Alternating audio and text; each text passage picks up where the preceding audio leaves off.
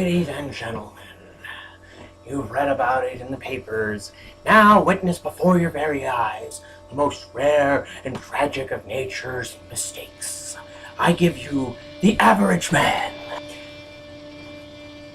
Physically unremarkable, it instead possesses a deformed set of values. Notice the hideously bloated sense of humanity's importance. Also notice the club-footed conscience and the wizard of optimism. It's certainly not for the squeamish, is it? Most repulsive of all are its frail and useless notions of order and sanity. If too much weight is placed upon them, they snap. How does it live, I hear you ask? How does a poor, pathetic specimen survive in today's harsh and irrational environment? I'm afraid the sad answer is not very well. Pointless, faced with the inescapable fact that human existence is mad, random, and pointless. 1 in 8 of them crack and go start our slavering. Who can blame them? In a world as psychotic as this, any response would be crazy. Remembering is dangerous. I find the past such a worrying and anxious place. The past tense, I suppose you call it. Memory so treacherous. One moment you're lost in a carnival of delights, with poignant childhood aromas, the flashing neon of puberty, all the sentimental candy floss. The next, it leads you somewhere you don't want to go. Somewhere dark and cold, filled with the damp, ambiguous shapes of things you'd hope were forgotten. Memories can be vile, repulsive little brutes, like children, I suppose. But can we live without them?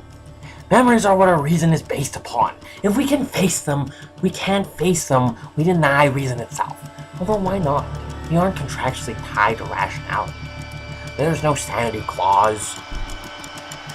So when you find yourself locked onto an unpleasant train of thought, heading for the place in your past where the screaming is unbearable, remember, there's always madness.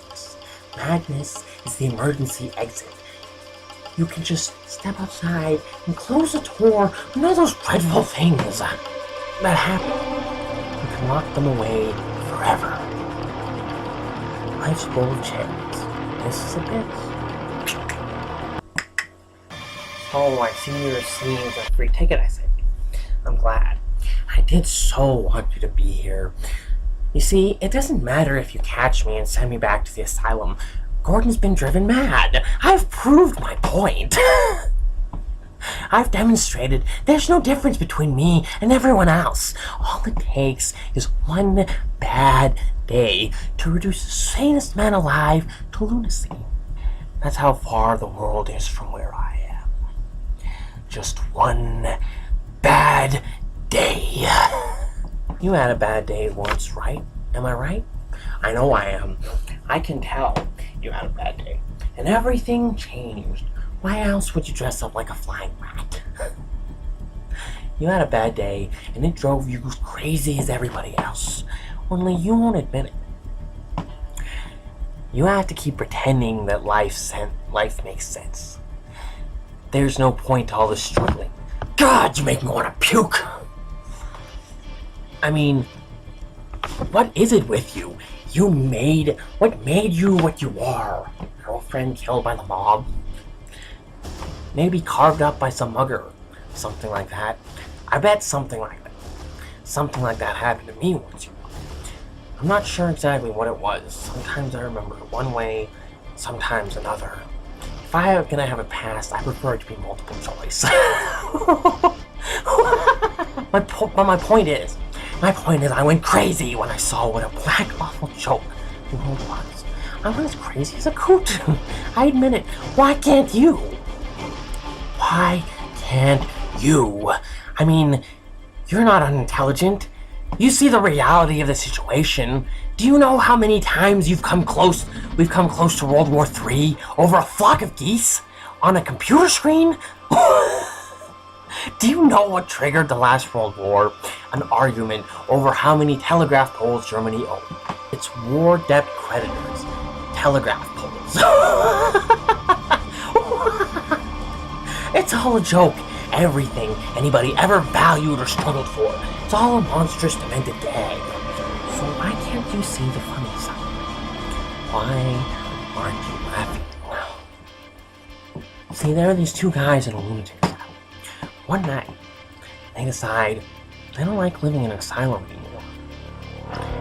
So they decide they're going to escape. So, they get up onto the roof. And they're just across this narrow gap. They see the rooftops of the town stretching away in the moonlight. Stretching away to freedom. Now, the first guy, he jumps right across. No problem. But his friend daren't make the leap. You see, he's afraid of falling. So then the first guy has an idea. He says, hey, I've got my flashlight with me.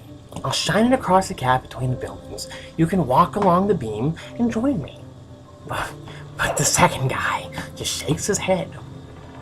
He says, what do you think I am, crazy? You'll turn it off when I'm halfway across.